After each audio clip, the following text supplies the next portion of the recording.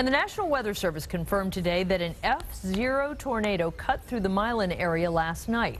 Now, whether it was from a tornado or straight line winds, there was plenty of damage in Ripley County. Jay Warren spent the day there and is in the newsroom now with more on the cleanup. Jay? Well, Clyde, fortunately, there were no reports of any injuries in Ripley County as a result of yesterday's storms, but there were some very close calls, and we start with one in Manchester.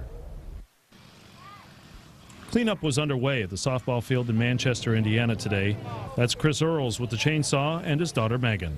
Me and my daughter, we were up here. She had a softball game, and they told us to get off the field that the storm was coming. And next thing I know, the tornado sirens are going off. He grabbed his daughter and made a dash for his truck, past this dugout before it was blown down and the roof taken across the street. The wind was blowing so hard I couldn't even get my truck door open. It took both hands, to pull. We was pulling the door. Once I did finally get it open, she was actually paranoid. She was screaming. Sure. I grabbed a hold of her and threw her in the truck. And then, once we got in the truck, there was trees falling and stuff going everywhere. The storms hit west of Milan, too, taking the roof off this barn. For some, power was still out at 6 o'clock this evening. The storms proved to be a scare for the Hopping family of Milan, who were separated at the time. Ray and his wife Maggie were driving home separately, while young James was in the yard.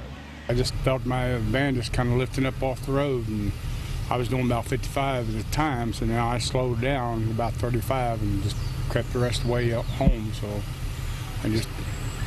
Out of curiosity, what's it like for the wind to pick up your car at 55 miles an hour? Well, at least I know what it's like flying in a car now. It was real scary because I was worried about my husband on 350 and the boy was home, so...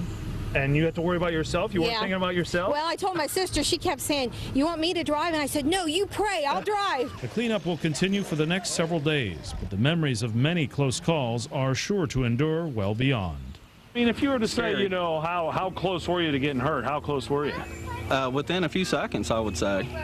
Yeah. It was that close. One of the scariest things I ever been through. The National Weather Service says 2 tornadoes touched down in our area. This is a look at damage from another one. An F0 hit Claremont County. Winds of up to 80 miles per hour ripped through Wayne Township just south of Blanchester. A lot of cleanup still to be done in those areas. Clyde. All right, Jay, thanks. On the subject of cleanup, Duke Energy crews continue to bring homes in Green Township back onto the grid. A lot of customers along Reamland Road